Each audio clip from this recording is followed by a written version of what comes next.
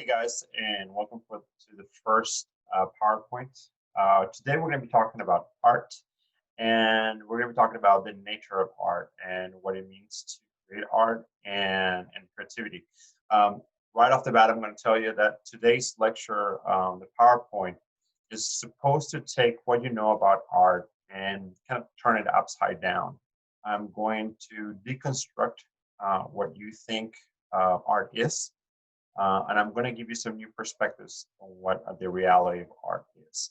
And we're going to be doing that for the first two PowerPoints. And then after that, we're going to slowly create a much more realistic content and perception of what art is. Okay, so I'm going to go ahead and be sharing the PowerPoint, and periodically I'll be coming back to you to create some explanations further of the PowerPoint. So I'm going to go ahead and share the screen.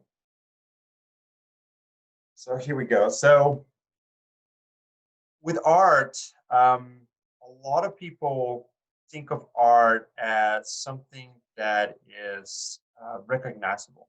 So when you get approach, or when you get to see something like this, which is a mirror on the ground, a lot of people question that. It's like, why is this art? What is this giant mirror that can be bought at basically any store and put into the ground be considered art, right? That is one of the biggest questions, especially with contemporary art. A lot of people do not consider contemporary art to be quote unquote good art. So my job is going to be, as I mentioned before, kind of to reconstruct those ideas and bring a new perspective to what those things are. So this, for example, is Anish Kapoor's, there you go, mirror. Okay, and one of the things I've done with my classes from the very beginning I've begun to teach art is to put a picture of the artist with the artwork. When I was a grad student for many years, and even for undergrad as well, for many, many years, I got really comfortable with recognizing the artist's name with the artwork, but not really the person itself. So, I thought that Anish Kapoor for a long, long time was actually a female artist and not a male artist. And it wasn't until at one point I realized that, oh my God, he was a male artist. So from that point forward, I decided to show a picture of the artist with the artwork. So you'll see throughout the PowerPoints that every time I show you guys the image of an artwork, I'm also going to show you the picture of the artist. And Anish Kapoor should not be completely foreign to you guys. Anish Kapoor actually had one of his mirrors, or one of his voids, right in front of AT&T Stadium in Dallas, or in Arlington, actually. So why do I call it a void? He calls them voids because he creates a lot of these objects in where, perceptive or not, things are kind of seem to go into the object, but then don't come out, right? So, for example, a mirror seems to absorb the essence of reality, sometimes reflect it back to us, but it's there, right? You cannot touch it, you cannot go into it. It's actually being absorbed into this object somehow, right? So what is art? And if we were in the classroom, right? If we were having a regular semester, what I would do is I would have you come up with a group, will come up with what is art. What I want you to do right now is be honest with yourself. In the back of your head, kind of create an answer to what is art. What is art to you, right? And it doesn't have to be, this grandiose idea, but rather the reality of what you think art is. Most of the time, for most of us, when we think about the word art, or we think of an artwork, we tend to recognize this kind of paintings or sculptures as artwork. Those paintings and sculptures that have a lot of detail, that seem to have been, that seem to have been like it took a lot of time, that was laborious, that there is some kind of recognition of the person or the figure and the object. And for some reason, those things in our mind's eye seem to kind of connect with this idea, oh, that's art. Versus a mirror on the ground, like Anish Kapoor's does not, right? So our idea of what art is going to be expanded. So let me go back to sharing the screen real quick.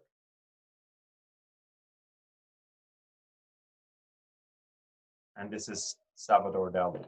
And Salvador Dali is one of my favorite artists of all time for many different reasons, especially because my artwork itself, as I said before, on the first day of class, it is slightly surreal. So I've always found a lot of inspiration in his work. Also, the fact that he's a symbolist. A lot of his objects and figures have symbolism. So does mine. And a few other things. So if you ever wonder why my goatee has this shape, it's because of Dali's very iconic mustache, right? So, you know, he has a big old mustache, and because I can't grow one, I decided to do that with my goatee. So, anyways, a little bit about myself. So, this is the Geopoliticus child watching the birth of the new man. It's a painting once again by Salvador Dali. So, as we go on into understanding what an artwork is, what is art, right? Let's talk about the artwork itself, the actual object. So, what is a work of art? So, a work of art is a visual expression of an idea or experience formed with skill through the use of a medium. That's what an artwork is. Now, one of the most important things in this sentence right here is the word idea or concept, right? Or the experience. It's what's untouchable, right? So the work of art is an expression, a kind of physicality of that, right? That is formed through the material, right? So you have this idea, and then you have the material that creates the artwork. And then all of a sudden, now you have this idea in a physical form.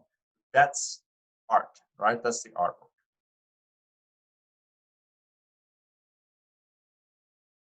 So in this case, for example, with this image, right, we have the two hairs right here by Cavanier. This is called Empty Kingdom. And when you look at this, right, what kind of materials, what do you see, right? So you're definitely going to see two rabbits, two hares. They're both in a balance or a scale of some sort. Right? Each rabbit's a different color. One's green, one's white.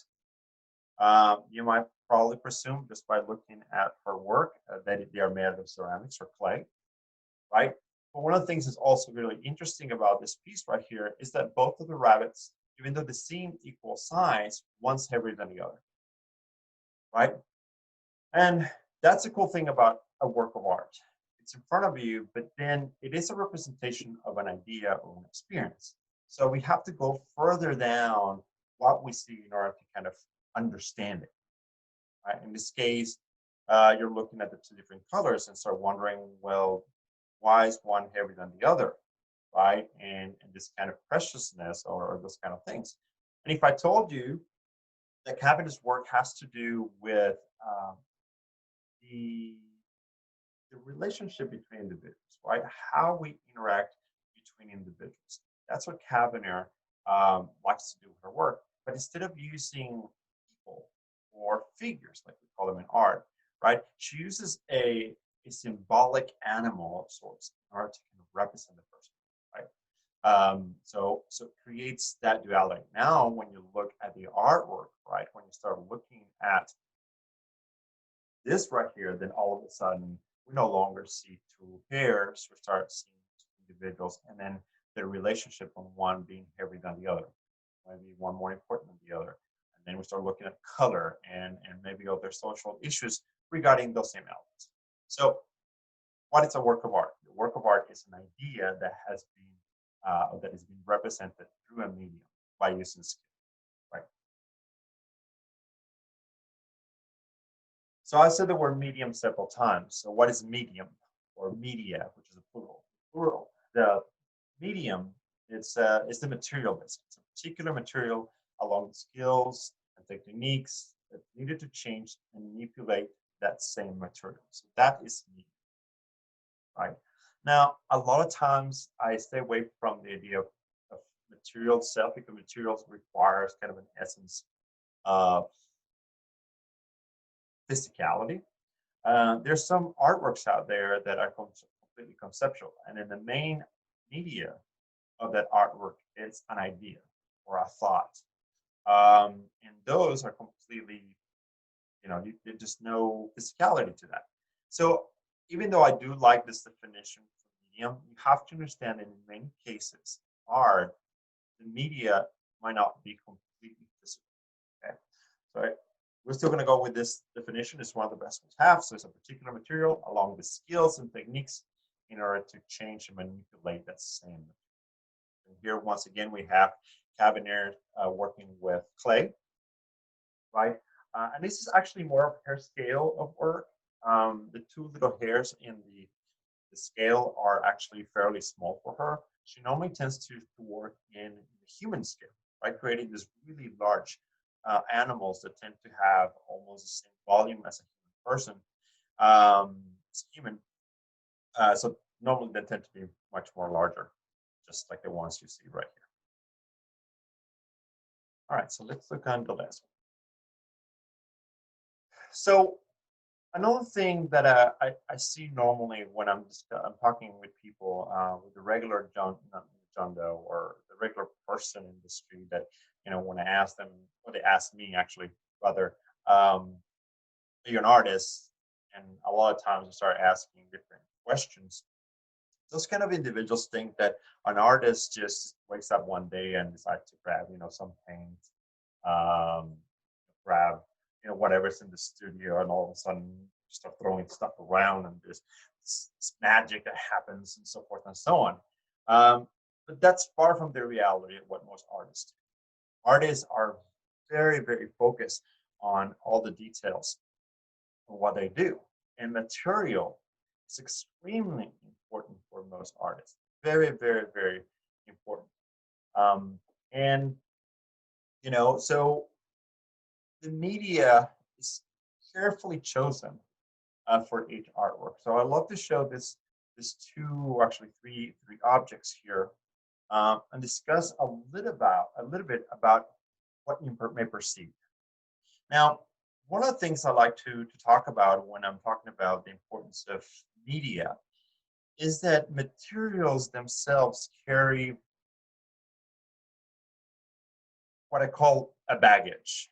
Materials come with already prepackaged information that we have through decades and millennia even have added information to the material, right? So if I say iron, there's a sense of concept that comes with that. If I say bronze, that's a different one. If I say oil paints, if I say wood, all of those things come with a preconceived set of ideas, right? And that's what I normally call baggage. So when you're looking at artwork, right, and you're looking at how an artist approaches materials, you have to understand that we as artists are really paying attention to that concept, the baggage, quote unquote, that comes with the materials. So if we're looking, for example, at this one right here, this object, right? So this is a portrait of the Emperor Nero, right? When you first look at it, what are some of the concept ideas, preconceived ideas, or baggage that you think about when you see this, right? Well, from previous classes I've had where students talk about, the fact that it's a bust, and that tells them that it might be Greek or Roman, right? There's a sense of history to it. Now, additionally, some of them would say, it's made out of bronze, but most of my students would say, oh no, that's made out of stone of some sort. And most of them will say, oh, specifically marble. And all of those things are very, very important because historically we continue to add those elements to that same material. We understand that in this time period, we have a lot of artworks that were made with marble. And because they were made with marble, they tend to add that historical information to that material. But now let's look at the material as well itself. What are some of the things that you see about the material, or that you could think about the marble, right? When you think about marble, what are some of the things you think about marble, right? It's a stone. So you could probably say it's strong, right? This material is very strong. It's very smooth, especially the white marble from Ferrara when when you do it well. You can also say, what about the color white? Right, it's very important. And if you think about the color white and choosing a white marble, right? Why would you choose white instead of black or gray? What are some of the preconceived ideas of white? Right, purity, cleanliness, peace, all of these things that come with the color white. So we have a material that talks about longevity. We have a material that talks about strength. We have a material that talks about purity, right? Because of the color white, and a few other things about the color white. But what else about this material? What else, exists there within that material of marble? If you think about probably expense, right? Ferrara marble has always been very expensive. But not only that, the amount of money that has to be paid to an artist in order to transform the marble into something like this, it's always been expensive. So what else can this object tells you that's made out of marble, right? There's an expenditure, there's a price, there's a value to it. So why am I saying all this? Why am I saying all these elements of the material? Well, pretty important. Because when the artist chose, right, when the artist was thinking, okay, what kind of material am I going to choose for this specific art, right? What if it was made of clay, right? Well, the clay can fall on the ground and break. So probably that's not the best. So he chose this specific marble from all of those things that I mentioned to talk about this specific emperor, right? So instead of having a clay piece of artwork that in the back of it is said, okay, our emperor is pure, our emperor is strong, our emperor will always be remembered, our emperor is, yada yada yada. Instead of kind of having those things kind of written on the back of the sculpture, instead we're using that baggage of the material in order to convey all those ideas into the emperor, right? From the color white of the marble all the way to all the other elements given, right, to the marble onto the image of Mira. So that's the baggage that we're talking about. Now, that's an older piece of artwork. Now let's talk about a contemporary piece of art. The other two images right here on the side, and these are two artworks by Gianni Antoni, and they're called Lake and Ladder. Okay, so what do you think these two materials are? This dark material here and that light white material there. What do you think it would be? Just picture in my mind's eye what comes to mind right off the bat, right? Some of you may say, well, once again, marble, that white one, or bronze with the brown one, or even marble also with the brown one, right? And a few other materials may come to mind. Now, why those materials?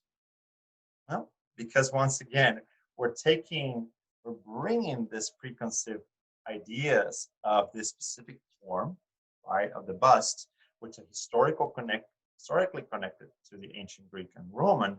And when it's brought into the contemporary context, right, we automatically assume these materials are historically the same, right? So we have possibly a marble or bronze, so forth and so on. But here, Gianni Antoni is kind of switching things around for us. Okay, switching things around because the material in this one's the media for these two objects is actually chocolate and soap. Yeah, exactly. So they're chocolate and soap, And now, in order for us to understand the meaning or the concept behind this artwork, right? The idea, the experience, the things that are driving artwork, in order for us to understand it, then we have to also understand the material, right? The medium. So, for example, now we have chocolate. What are some other things about chocolate? Well, chocolate is sweet, or it could be bitter. It's connected to candy, children, right? To a sense of indulgence, to a sense of it could be fattening, calories, a few other things, but nevertheless, most people like chocolate. So there's also that connectivity of delight, right? Consumption, being able to eat the chocolate. Now, on the other one, we have soap, right? So soap, what are some of the things we connect with soap? Um, Cleanliness, disinfection, um, all those things that have to do with soap that you can think of. Also, it's a consumable. It's something that we utilize, we consume, right? So now we have here those two different objects. One talks, and both are talk about consumption of some sort. But the next thing that we recognize is the fact that these two are self-portraits of Jenny Anthony. So they're self-portraits. Her. So what is this all about, right? Now, what is this sculpture all about? Well, let me tell you what sculpture is about. So we have two objects that are historically bringing back, right, this idea of power and importance from historical context, right? The bust is something that is done for people or figures of importance. This is a sense of importance. Now, it's a self-portrait. So who is the important person in there, right? Me. Now, if you start thinking about chocolate, there's a sense of indulgence, right? Of sweetness, of liking, and so forth and so on. And then we have the soap. Now, when Jenny Anthony displayed this piece of work, and the reason why it's called Lick and Lather, right? Imagine a series of like 6 different busts, 6 of soap and 6 of chocolate, right? Side by side. When Jenny was inside this gallery throughout the night, she would come around chocolate pieces and she would just chew on it, right? Or lick it. That's what's called lick and lather. And then throughout the night, she would just grab one of the heads, go towards the end of the gallery where there was a big tub, and then bathe herself. So the concept of this has to do, as I was mentioning earlier, this kind of self-importance. That self-importance can be indulgent, but at the same time could be fattening. It could be bad for you. It's this kind of recognition of the self in a much higher level, right? But at the same time, the lathering, the cleaning yourself with yourself, right? This need to kind of release yourself from guilt, from overindulging, whatever else. It's a balancing act, right? So this lick and lather of adding and subtracting, of kind of getting to know yourself and to forgive yourself. So really, really interesting work by Jenny Anthony, right? So this too, lick and lather. And if you visit the museums, galleries in Dallas-Fort Worth area, the Rachowski House in Dallas has one of each in their collection. So hopefully you guys get to see that. Okay, so this is kind of reiterating what I was talking about, the importance of it, right? So, for example, when you talk about the longevity of time, you can use things like ice or stone or plastic or ceramics. And each one of those different materials have a different quote unquote baggage, right? Like if we're talking about ice, if you create a sculpture made out of ice, let's say an iPhone out of ice, and you put it on top of a pedestal in a gallery, what's going to happen with the next couple of hours with the phone? It's going to disappear. Well, conceptually, you can be talking about how fast the technology changes, right? Or how one iPhone, goes away as fast as the new one comes along, and those kind of things, right? So you can talk about longevity with something like ice. Now, with stone, would be the opposite, right? As you were just talking about. Historical relevance, sorry, as I was just mentioning, right? So if we have something that's made out of oil, or bronze, or whatever kind of glaze finish, each one of those things gives us a sense of historical context. So a glaze, for example, if you have a glaze that is on a pot that is blue and white, right? You automatically have this idea old or ancient, or even China, right? Chinese objects with that finish. But that's also part of that baggage. Other things like associations, and you have iron, blood, light, all those things, and so forth and so on. Now, if we were at the classroom, we would have made this exercise. I still think it'd be a good idea for you to kind of search around and see what kind of odd materials are out there. You'll find in contemporary art all kinds of different media, and they are kind of unusual, and I mean they go the gamut. You'll find all kinds of different things. So I strongly suggest that if you have the time tonight when you're resting, or if you have it, just look through some examples of different kinds of media that artists are using contemporarily. So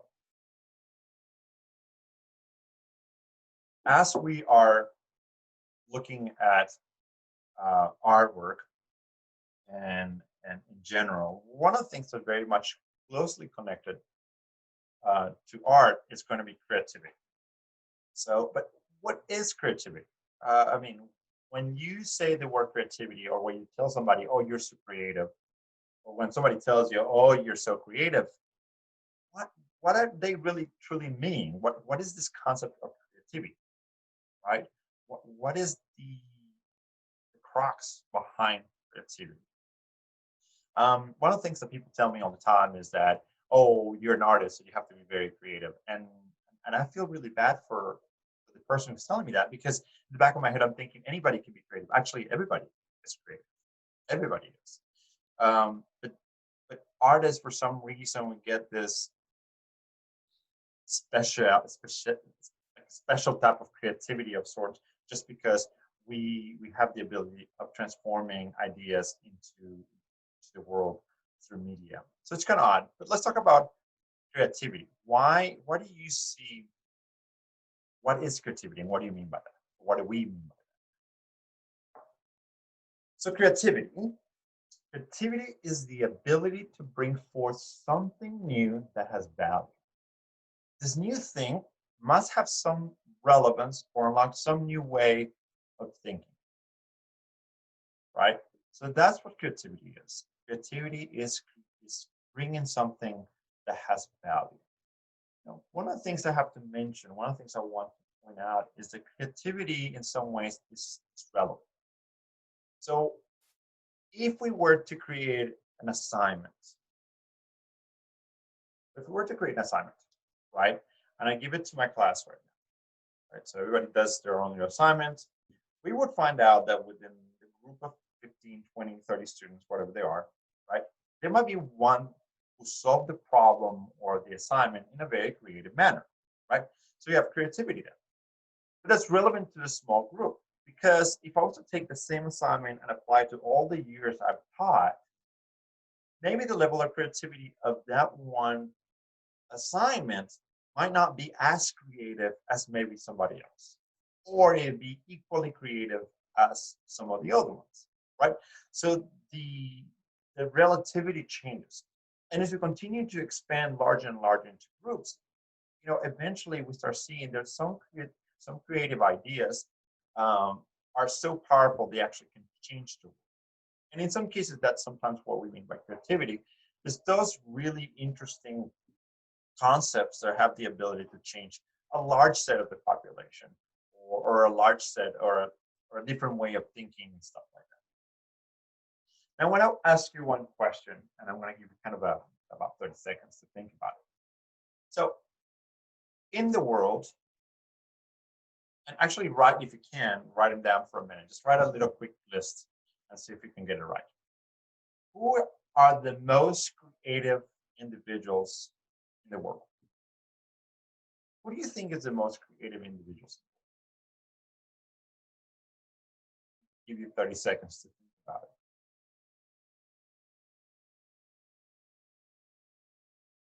I apologize, my dog is barking in the background.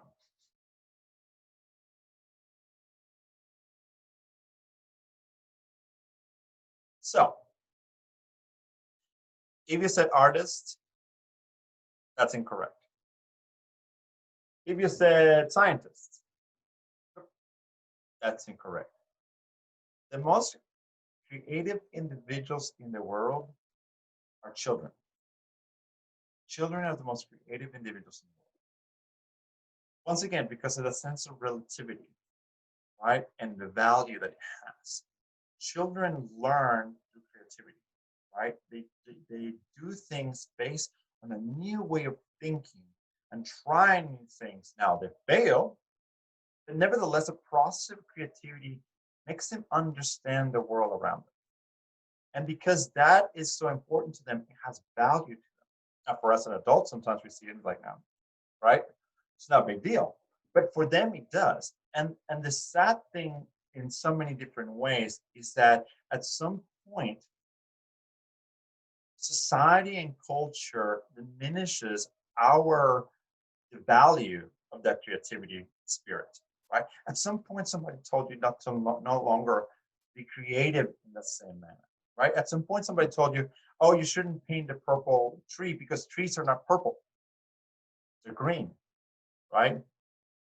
Which is true, but it's creative. It's a way of thinking differently. And eventually, the child will learn that that might not be what they want to do, right? And so forth and so on. So levels of creativity are based on the value, right, as well as the relevance of them. So that is creativity.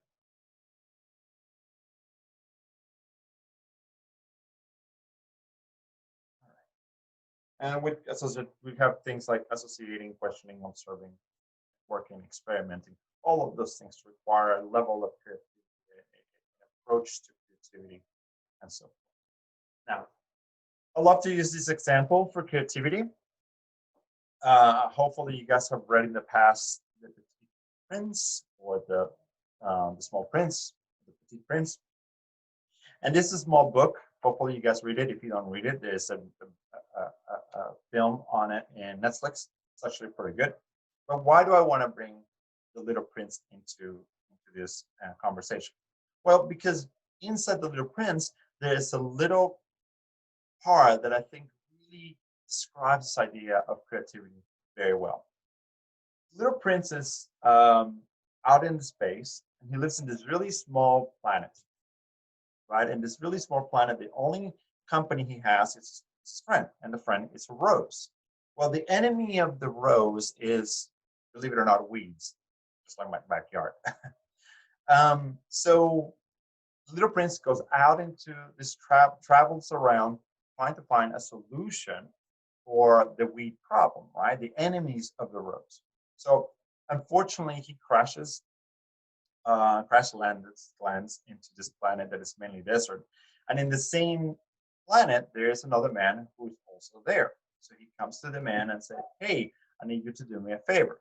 I need you to draw on this piece of paper, okay, a goat, because I need you to, because I want to take this goat back to my planet and it's going to save basically the flower by eating the weeds. Anyway, so this is the first drawing that the man did.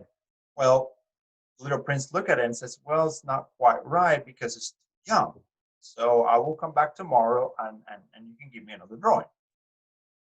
This is what the drawing is. Well, in this case, he had the horns and he said, no, that's not what I need, right? So he comes back the next day and then this one right here and this one's too old, right? And then the next day he finally comes back and this is what the man gives him, right? A drawing of this box. And he says, take the drawing with you. When you open the box, exactly what you need is going to be available for you. And that's kind of how creativity works in some ways, right? So it's a way of solving a problem. It's a way to truly solving a problem. Okay, now let's talk about talent. What is talent? Talent is the natural ability to acquire a result without excessive effort. Right? So when somebody tells you, "Oh, you're so talented," that's what they mean. In other words, it's your ability on something to go from A to Z without going B, and so forth. That is talent.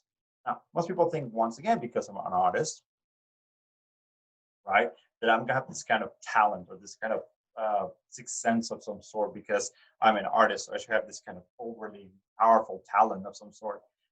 And that's not true. The reality is that every single one of you, every single one of us have talent. We're good at something, right? Now, unfortunately for artists, we get this presumption that because we are artists, that we're supposed to be talented at drawing or at painting or at all these things. And that is not true.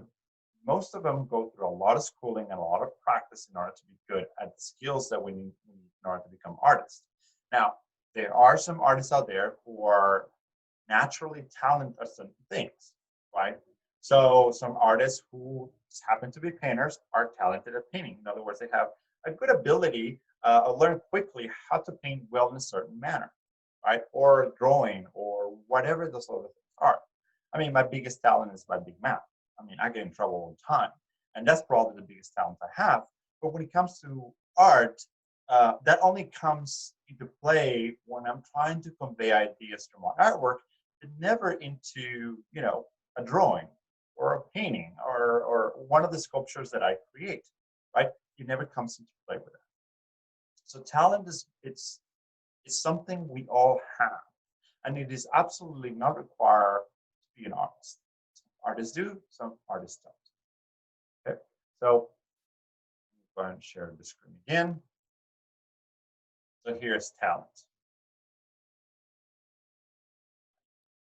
We go back to what is art.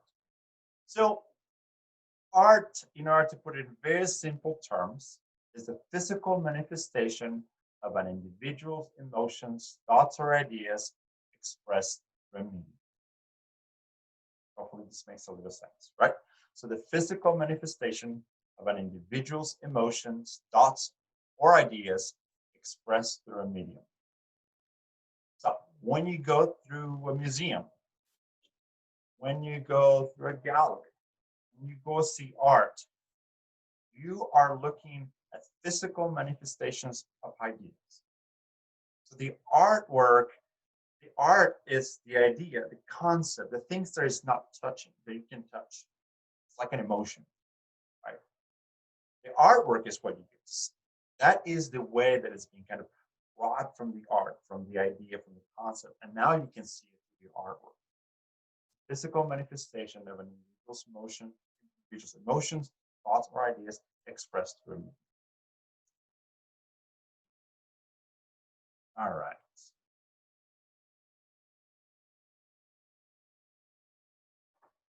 So let's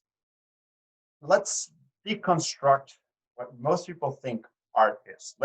I'm going to break it all down, and I hope that I'm not going to hurt anybody's feelings, but I'm going to for some of you, and I apologize about that. But not really. You really need to be confronted with this idea. So imagine, like right here on top, imagine that I need to make this little house, right?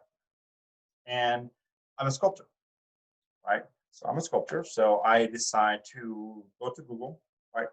I Google app what I need to do. I know the materials. I can follow a set of footprints, blueprints. I mean, et cetera, et cetera. I come back home and I make my beautiful backyard storage unit, right? And honestly, you know, if it looks like this, right? If it looks like that, it's great, right? If it looks like this, it's really good. Now, my question to you is now, am I an architect? Am I an architect, right? By following those instructions, by making it look pretty, attractive, and that somebody can go inside, does that make me an architect? The reality is not. It does not. I do not have the right schooling or whatever else to be an architect, right? For that, just for that. Okay, so that's one. The next one is this house right here. So, you know, I might have mentioned it before, but you know, my other life besides teaching on artwork, I'm a realtor. So I understand about houses and how to make money with houses. by buying, selling, and investing in all those things, right? So imagine I have a little money, right? And I go out and I buy myself a big chunk of land. And in this big chunk of land, I divide the land, right? And I go buy myself some blueprints, right? And I hire some people to build some house here, house here, house here. And you know, they sell like hotcakes quickly. I make lots of money with that, right? I'm making a lot of money. But I go back to the same question that I asked before. Just because I made money doing that, does that make me an architect? Not quite, right? No, same thing. I don't have the right degrees. I don't have the right approach to understand what it means to create a dwelling with certain criteria for it to be called an architect. All right.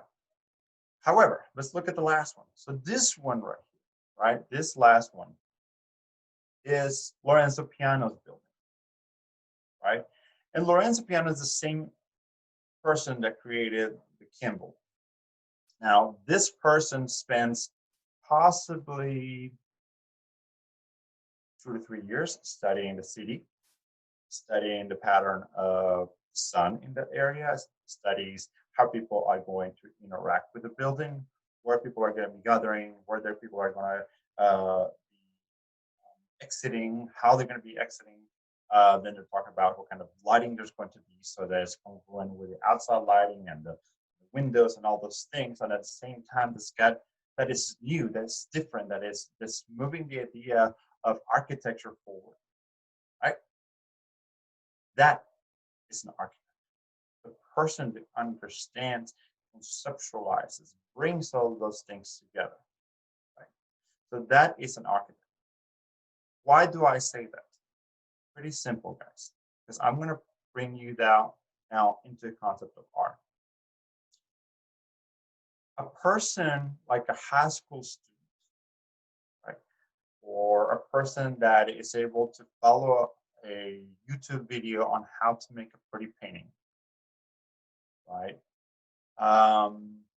Or as a student who just learned how to draw, right, with charcoal or whatever it is, right? If they create that one beautiful thing one time, it is artistic, it is wonderful, it is beautiful, just like my storage house, but that does not make him an artist,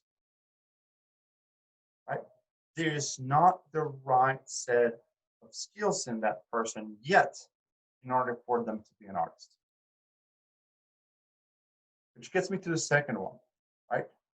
One that, you know, make all the houses and made all the money. That is like the salesperson or the artist, in some cases, quote unquote, that are part of the, you know, these festivals, right? They make these little objects or paintings that very attractive, right? Visually pleasing, and I mean things that massage your eyes, and the things that go with your couches and your bathrooms, and the colors in the house and whatever else. So they sell left and right, right? And they sell out. And yes, they're beautiful and they're artistically approached. But just because they make money, or just because they're expensive, and just because they go with your couch, that does not mean that they have an artistic concept. They are not really quite artists. Now, like Lorenzo Piano, right? An artist is a person who really understands their craft, a person who really understands the concept that they're working under, right? The reason why those ideas, those emotions, those things drive them to bring them to the forefront and then show them to the world so that the world can see these things, right? So that is a huge difference between all of those three things. I hate to say it, but the student that's in high school that is able to do pretty little things, it is not an artist. Just like it's not a mathematician or a rocket scientist or a chemist, right? They're just students of art. The other ones are just people who are able to make money, like a business person from something they saw on Google or whatever, and they are just selling it for a business. The other ones, it's a completely different story, and those are the ones that this semester we're going to be focusing on. All right. To put it into an idea of music, right? Let me bring this up right. So if that other idea didn't came through, this is the same thing. Would you pay maybe $300 to go into a karaoke bar to hear a person sing beautifully? No. Are they the same singer as the singer that created that original album? No, not really, right? Even though they are good, even though they sound good, and they could actually be singers, they're not, right? This is similar, once again, to the high school student who can create something pretty. Then we have the concept of the cover band, right? We have the concept of the cover band. Cover band's kind of like those who make money from the artwork, right? Would you pay $500 or $300 to go see them? No, you wouldn't, right? You'd pay maybe $100. They sound good. They're cover band, all those things, but they're not the same thing as going to see the NC, not to go see the real McCoy, right? So the same thing happens with visual artists that happen with singing artists and with film artists and things like that. Not everybody in there is a singer or an artist or an actor just because they do something that is artistically related to that. For those of you who are slightly more older, there is the same thing, right? So we have a Sinatra impersonator and the real McCoy with friends. So, how do we know that this is art, right? Things like this, things that we look at it and go, holy crap, this is not a person or a figure or a horse or a flower, and it doesn't have 1,000 colors and it's not pretty, so it must not be art, right? But yet the world of the art calls it art. How do we know this is art? Well, before I describe why, and I'm going to give you a list, pretty short, on how to find out something's art or not, then I'm going to describe what this is all about. So that artwork is Anish Kapoor, right? Anish Kapoor, and I'm actually going to leave it. I'm going to share it. So Anish Kapoor, and sorry, take it back. Do Ho Sa. My apologies. So this is Do Ho Sa, and Do Ho Sa's work deals with the concept of memory and as well as the placement of your placement or connection with society, right? How do you have the connectivity between one person and another person, especially in very close quarters like New York City or other places where he's from, and a little bit of identity as well within his work. So he created this kind of phantom representations of his apartments from around the world from where he lived. One of the things that are beautiful about this artwork is that when you walk through them, right, you can see all the details. You can see the fridge and all the labels in the fridge. You can see light switches. You can see all of those things. They're really, really cool, right? And the way they work is, hopefully you guys have seen Harry Potter, right? And you guys know where a pencil is, right?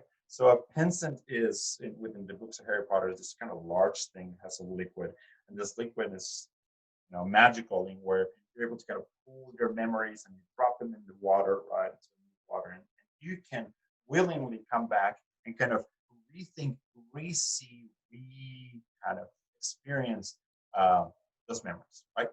And in one of the episodes, Harry Potter falls into one of the Pensant, and he's looking at one of the memories. Now, because the memory, he cannot interact directly with the space as it was, but nevertheless, it's an echo of sorts of that memory, right?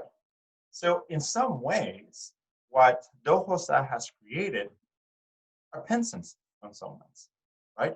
This is kind of like a pencil. He allows you to walk through his memories of this apartment or this location. You're able to walk through this memory.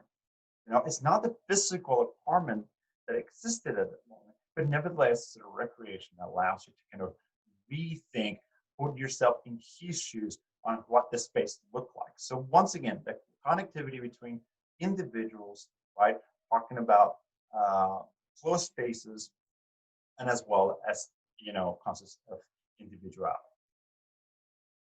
or identity is what I meant to say.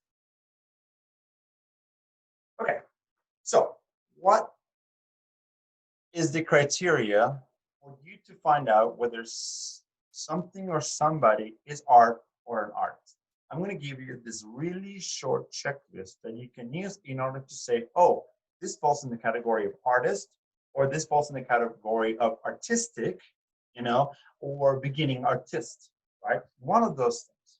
So the very first one is skill. An artist must have skill. The skill it's acquired from repetition, from learning, from education. It could be, skills in painting and drawing, in computers, in sewing. It could be on skills on how to melt wax, and skills on anything and everything you can think of. Skills in writing, mathematics. All of those things are skills, and an artist have to have 1, 2, 3, 10, a set of skills that they're good at, or they're learning, either way. Number 2, it's a body of work. An artist needs a body of work, at least one, if not multiple bodies of work. A body of work is it's a series of artworks that are connected somehow, right? So if you went through high school art, especially if you went through an IB program or you went through an AP program or something like that, you have to create a portfolio. You have to create a set of artworks, drawings, paintings, whatever, that were all connected to one another. That is a body of work, right? So you need to have at least one body of work made from skill for you to be able to say, oh, I'm an artist, right? Unfortunately, once again, for those high school students, they don't have a previous body of work, right? They're creating their very first one, okay? But artists in general need bodies of work. I'm going to be explaining a little bit more on it in just a minute. Number 3 is the next one, and that's where my high school students or somebody who just started painting falls short, and that is growth. Growth is where when you're going to see the kind of the division between those things or those individuals who are artistic versus those who are artists. Okay, so how does growth works? So for that, I'm going to stop sharing the screen real quick, and I'm going to show you this. So the way we think about growth is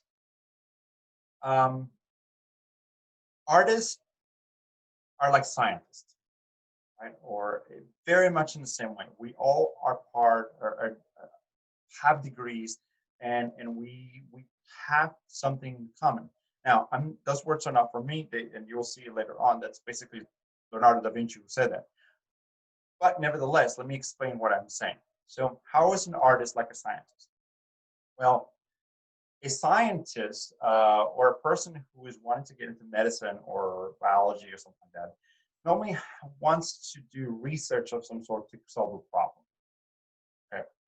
So let's say that I'm wanting to solve cancer, right? So that is the reason why I want to become a scientist. I want to solve cancer. So, cancer is my goal right here. So I just graduated here, right? And in order to get here, what are the first things that a scientist is going to do? A set of experiments, right? So I create a set of experiments right here. I do all the writings, I do all the things in order for me to get the experiment done. Once I get this experiment done, what's the next thing? I have some kind of findings, and then I have to do books or what you call it. I have to send it up to my peers, right? Through journals, that's what I'm going to say. Journals and whatever else, in order for my peers to review my work, right? And then get feedback. So from here, I get a result. Now, did I cure cancer? No, I didn't cure cancer. Now, did I learn something from it? Yes. Now, I'm going to take what I learned here and apply it to a new, right, set of experiments. And I continue doing that over and over and over again until I hopefully in someday try to find things, solve cancer. So how's an artist similar to that? Simple. Most artists have a question, okay, something that they're solving. Now, it's not going to be cancer, but it's going to be questions about social political content, psychological content, physical content, like why is the color red, right? Or much more about materials. How many ways can manipulate wood, right? Those are questions that artists are trying to solve. And how do we start? Right here. And then what do? We create a set of artworks, right, into a body of work. Once we finish the body of work, what do? We take it to a gallery or a museum, and we show it to the public. And then we get feedback from the public. Do we learn something from that about, I don't know, wood or social political issues or whatever the question is that we're trying to solve? Of course we do. And then we take that answer, those ideas, and then we create a brand new body of work that kind of continues to grow our concept, our understanding of that one thing we're trying to solve. So you see, when you have an artist that's working through a concept, has to have growth. The first body of work is not going to look like the second body of work. It's not going to look like the third body of work, and so forth and so on. Now, they're all going to be connected to the same final concept or idea or question you're working with. Of course they are. But they're all not going to be exactly the same. Right? So that's growth. And it's extremely important to have for an artist. Think about it this way on regards to growth. All of you probably have a singer or an artist that you guys like, right? Let me ask you something. Would you spend the $30 on the next album if it sounded just the same as the previous one? No, I'm pretty darn sure that you wouldn't. Or what if their music video was not contemporary, was not up to the times, right? Or that it looked just like the one from last year? You would not consider them to be good singers or good artists for the matter of fact, right? So my question is, why wouldn't you apply the same concepts to artists, right? So in order for this growth to happen, right? In order for the growth to happen, what do you need? Creativity. You need creativity. Creativity is the next thing you need. And last but not least, and this is extremely important to understand, is that talent is 100% optional. Artists do not need talent. It's good if you have it, but it's not 100% necessary. So let's go on to the next one. So there's three main types of artists. The first one is what we call trained artists. And I'm a trained artist. And the reason why I'm called a trained artist is because I have acquired a set of skills and knowledge through traditional means, meaning I went to school. Right? Now, education, formal education, like it says right here, through art school, college, university, is not the only way. You can also do it through apprenticeship, like carpenter, welding, glassblowing, or whatever else. You can learn your skills and your understanding of artistic concepts through those things. Now, the part that is extremely important to understand is this next part right here, this paragraph right here. It says, develops a sophisticated base of knowledge and wide range of contemporary and historical points of view. These tools bring forth a self-conscious awareness of the relationship of art to art history. So what does that mean? That means that when I am creating art, I understand that my objects, like this one right here, right? This one right there, it is not completely isolated from history. And it's not completely isolated from what your concepts are about art or what your concepts are about this material, right? We are trained to understand that we are part of the history. And we have to make sure that when we're creating those artworks, that we understand how it connects. How is our artwork part of the history, that context? How is it moving the ideas of art and beauty and so forth ahead into history? Right? We as artists who have been trained are trained to see our artwork from that point of view. Well, not just that point of view, but with that sensitivity, I should say. Right? We're sensitive to those things. Not only we're sensitive to the materials, because that comes with a sense with a bunch of concepts, but also historically, right? So when I create a bust like this one, I am bringing with it some historical content that you guys probably in the back of your guys, the back of your minds have, and so forth and so on, that moves the concept of art forward, at least some. All right, so let me show you an artist that does that. That is not. Here's one. Before I show you the artist is, look at this. Hopefully you recognize this Ice-T. So Ice-T, he was a 1980s rapper from the Bronx when our rap was just coming out. He basically spearheaded this revolution of, you know, the not only rap but other cultural elements of the Black community into, you know, the current of regular culture. A lot of the things that we have today, like hip hop, you know, the culture of tennis shoes, the culture of t-shirts, all of those things that came out of, you know, the hip hop and the rap world were spearheaded by artists like Ice-T. So Kehinde Wiley, right here, is an artist who understands historical content of Western art and applies those elements of history and art into contemporary times to create some new ideas, to bring forth his concepts about what being an African American or an African in the context of the contemporary world is, and some elements of racial division and so forth. So look at the artwork that he was looking at historical, right? This is a painting by Jean-Auguste Dominique Ingres, okay, and is Napoleon in his throne, right? So who is Napoleon? Napoleon is this person who expanded the French Empire basically through Europe. Once again, almost like a Roman, and he considered himself kind of in the same role as a Roman emperor, of course, right? So he's taken this ideas, this classical content of this painting, and applied it to Ice-T. Yeah, the spear bearer who is expanding this Western civilization, and then we have African American from the Bronx expanding the concepts of hip hop and rap and African culture into the mainstream of the Western civilization. Right. So this is what an artist who is a trained artist does and understands when they're creating art. Another kind of artist is what we call a folk artist. So a folk artist is the one who is has a set of skills that have been passed on from generation to generation to generation to generation.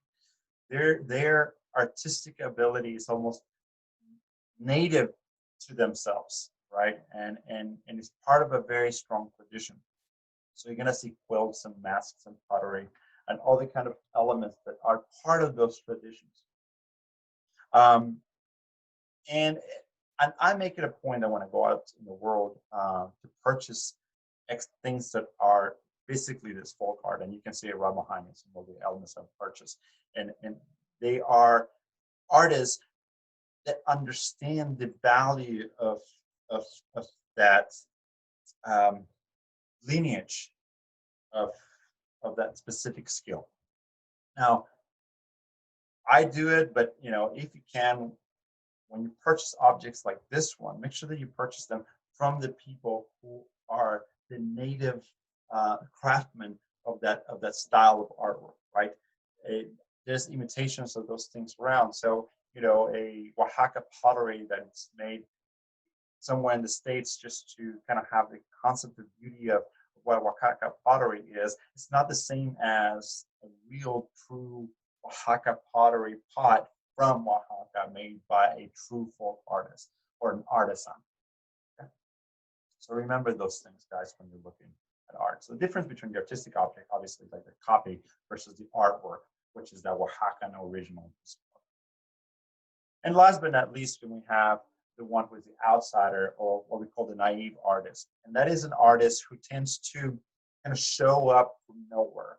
And it's basically a person who artistically puts together something that's visually or aesthetically interesting, basically in a point of time that brings forth something that's interesting, and it creates attention by the art community in general, and therefore the object or the thing that's created is considered art. And here's one great example. So this is Sabatino or Simon, right? It's called Nuestro Pueblo. And basically what he did is he started to put together these objects that he found into these massive towers, um, and in the middle of this kind of terrain, and caught the attention of the art world, and therefore his value went up into being an artist. The best way to describe it is kind of like a one-hit wonder of sorts, right? Imagine a song that just hits the right note at the right time culturally to be important, right? So outsider and naive art are basically the same, right? So these artists that just happen to hit the note right at the right time in history, and a history in just a history, in order for them, for that whatever they're making. Another kind of outside artist that I think is no longer really an outside art anymore, but it could be, just because graffiti artists are not really part of a trained type of artist, and they're not part of a kind of generation after generation after generation of skills. So they don't fit neither in the kind of school type of artists, nor the other ones. So they tend to be more kind of the realm of naive artists, people with really a talent and skill that are able to create this kind of semi-permanent, pseudo-permanent artworks in public. So that's about it, I think, for this one, guys. All right, so here's the first recording. Hopefully you guys found it pretty interesting. Hopefully I didn't break anybody's feelings. The next PowerPoint, it's about the reality of art. And thank you so much for watching.